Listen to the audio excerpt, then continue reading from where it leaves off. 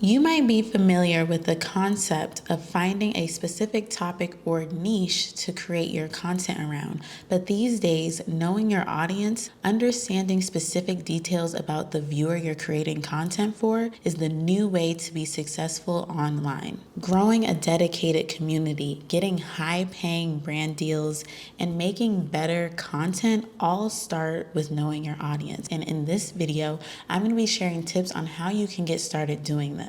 The information that I'm about to share in this video is allowing me to create a variety of content that is slowly but surely attracting the audience that I want to cater to. As someone deeply tuned into the pulse of the creator economy, two strengths have defined my content journey so far. The first being my ability to research, and the second is my sharp analytical skills. With that being said, the word in the content streets is clear.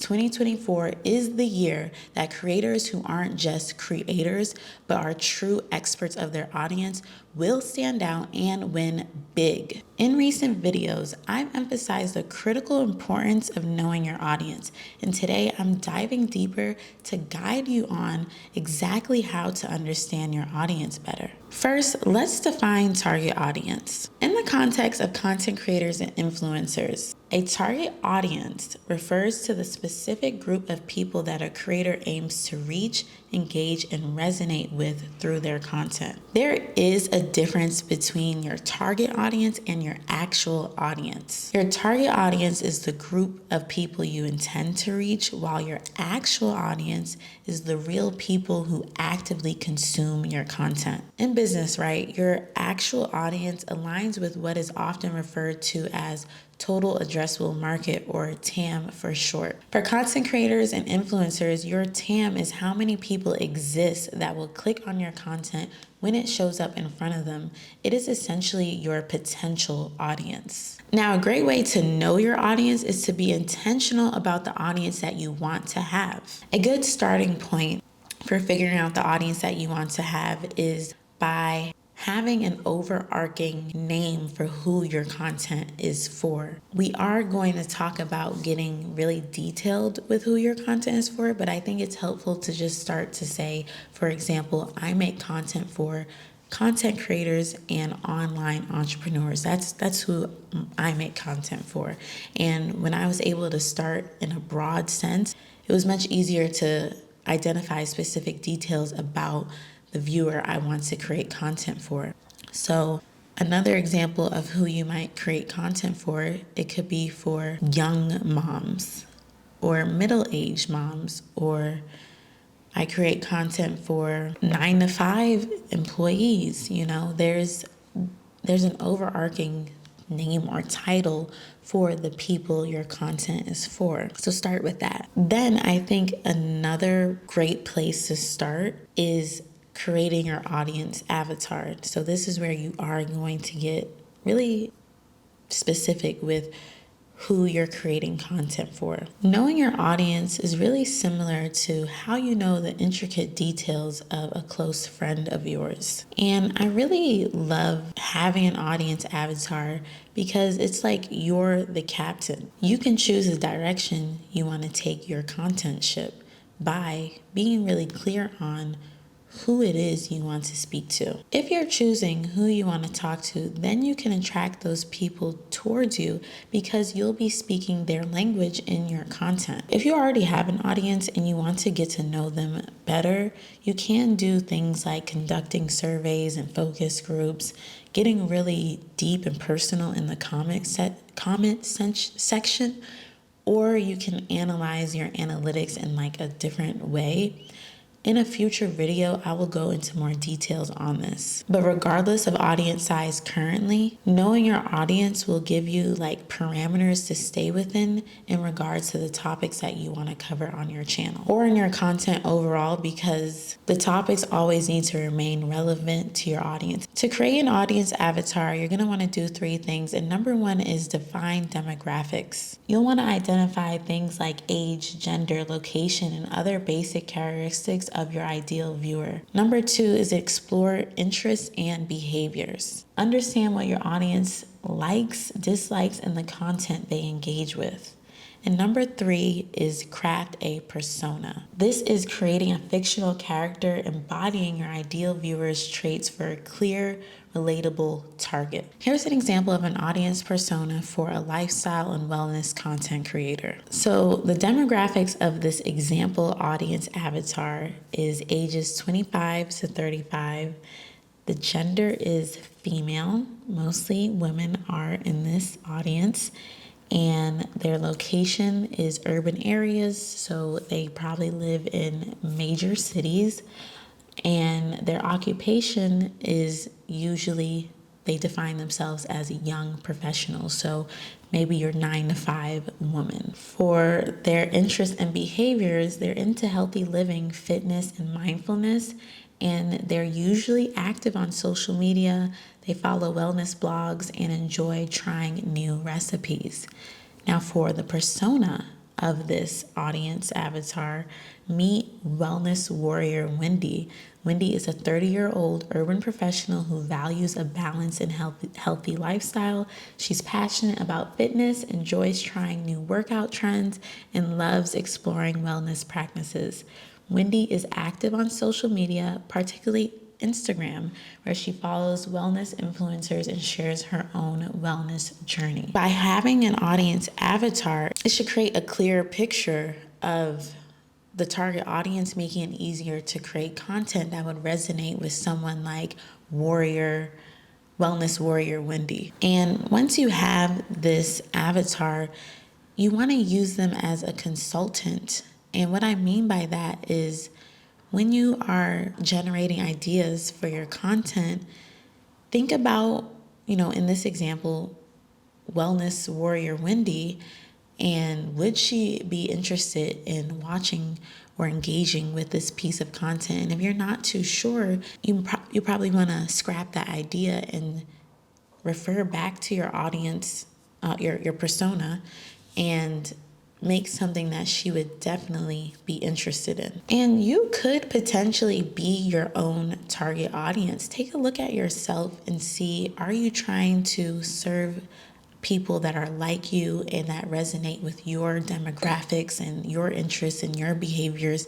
Is that who you want to talk to in your content? If so, it could be even easier for you to create your audience avatar, because you should know yourself enough to identify these things about yourself. And then having it written down, again, will make it easier to create content that relates to this audience. Once you know your target audience, it will be easier for you to figure out your TAM, which once again is your total addressable market and can also be called your potential audience. This leads me to talk about customer segments or viewer segments within your audience. Your potential audience is diverse. Your potential audience is not only full of wellness warrior Wendy's and that's all. There are different viewer segments within your audience that you'll also want to identify in order to begin to understand your audience better. Let's break this down using our example from earlier. The different viewer segments of this audience could look like having fitness enthusiasts, individuals who are passionate about intense workouts, gym routines, and staying physically active. Mindfulness seekers, these are people interested in mental well-being, mindfulness practices, and stress relief techniques. The audience can also include healthy recipe explorers. These are people looking to try new recipes and exploring healthy eating habits, as well as discovering nutrition tips. And then lastly, busy professionals. These are people seeking quick, effective wellness routines to balance their hectic schedules. By understanding the different segments within your potential audience, you can begin to create content that tailors to each of these viewer segments. And I think that's a major positive because you aren't stuck to only creating content on one specific topic. This is where that variety that I spoke about in the beginning of the video that I get to have when I'm creating content comes from. There's different people that I know will potentially watch, but I think an important thing to mention here is, yes, I may create videos that appeal to a certain segment of my audience, but all the content that I'm creating has a through message. And this through message is the bigger picture, the purpose, the goal behind why I'm even creating content in the first place, which is something that you want to identify for yourself and also have that written down and in explicit, clearness to yourself of what is the goal and the overall purpose behind your content, so that you continue to have a through message within all the content that you create for the different viewer segments in your audience. So whether it's sharing intense workout routines, recipes, or meditation practices, all those videos align with the fact that this creator wants to help their viewers bring more wellness to their life, as an example of a through message. Like, you may create content specifically for your target audience, but everyone in your potential audience should be able to get value from that piece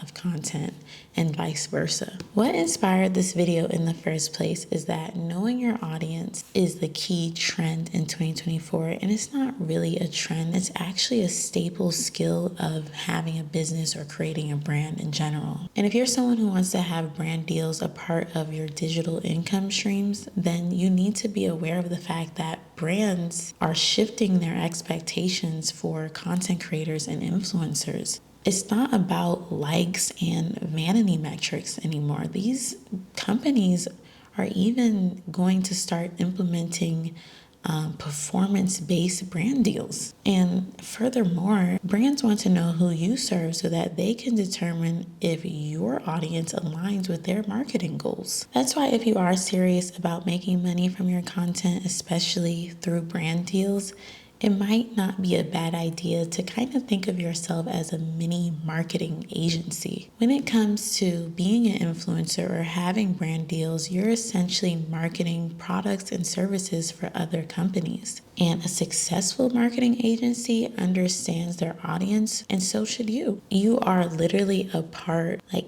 if you have brand deals, desire brand deals, you are literally a part of that company's marketing strategy. You should think of yourself as, a marketing genius. And another cool thing about knowing your audience versus niching is you get to find out what your viewers come to you for. And this knowledge is key. It's really helpful to opening up a sea of opportunities for yourself, because these companies they need this information in order to decide how well of a fit you are for a partnership, So it's going to be so beneficial to know your audience like the back of your hand. So yeah, going forward in your content strategy, really lean into who you're talking to and take some of the pressure off of what you're talking about. It has been so much easier for me to stay consistent with creating content for my channel, because I know who I want to talk to and I can do research about where are these people at right now, what are they focused on. I can take the time of year and figure out my audience is probably getting ready to do this, or I just have a better idea of staying connected and in the know with who I'm talking to, because that's what I'm focused on. And the subject matter, what I want to talk about is it comes easier to me. But I do want to mention, yes, knowing your audience does allow for more flexibility in the content that you get to create, but you still need to have a general area and topic of what your channel is about. I just don't agree with taking topics that are completely unrelated and forcing a relation onto it so that you can satisfy your need to share all your interests with the world. If you are someone that's going to commit to knowing your audience, you're also committing to taking a step back from the things that you want to share and putting your audience first and creating content that's going to be beneficial for them. You can give yourself variety within that content, but don't force it. Don't OD. That's how you become known for something. My philosophy that is that become known for one thing first and then branch out and start to add other things onto what you want to be known for. I think it's too hard to try and like talk about all your interests at once and then the viewer is confused, and you don't want that. So, I digress. I don't want to get too off topic, but I do hope today's video was helpful for you, and please leave some comments below. I would love to hear your thoughts, and thank you so much for watching. I'll see you in my next video. Bye bye.